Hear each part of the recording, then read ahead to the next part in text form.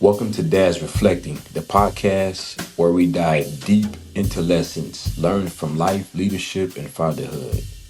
I am your host, Edwin, and today we're exploring a virtue that's often misunderstood but incredibly powerful, and that is humility. Now, let me ask you this: when you hear the word humility, what comes to mind? I think for some it might mean bowing your head, stepping aside, or staying quiet, but I want to challenge that idea today.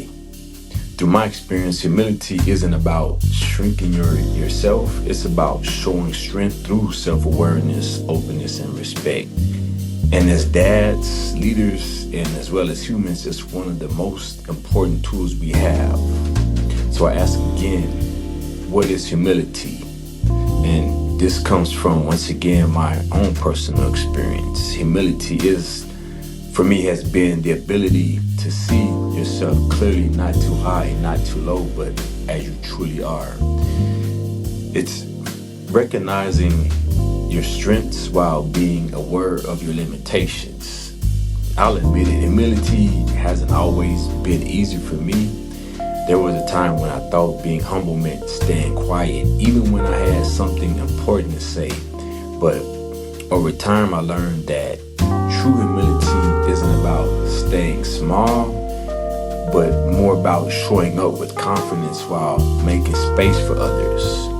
And just a quick example from my own experience, there was a time when I had a disagreement with a colleague about how to handle a process at work. I was convinced my approach was the best and I pushed forward.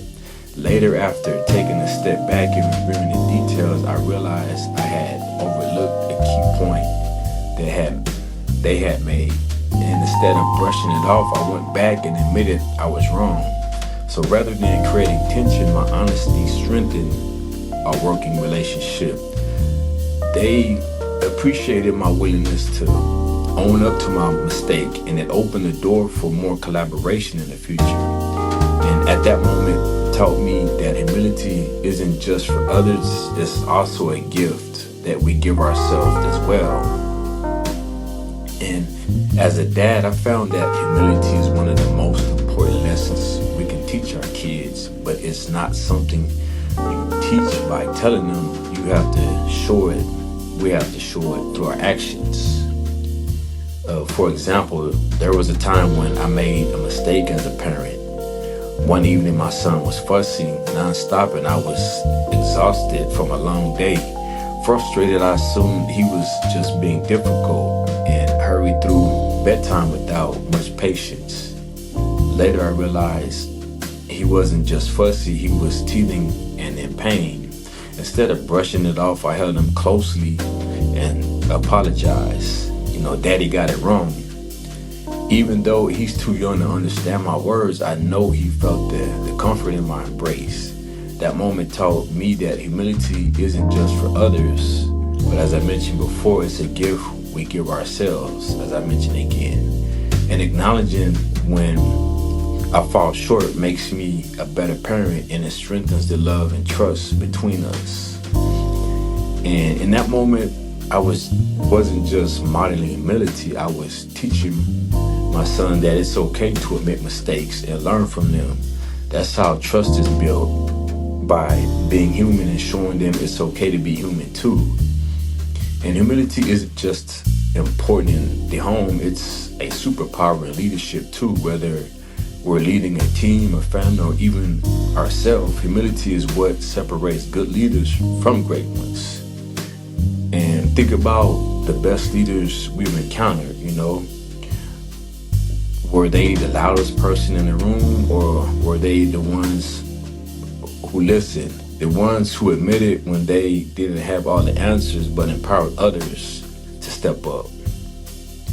But let's be honest, being humble isn't easy. Society has often tells us we need to look like we have it all together.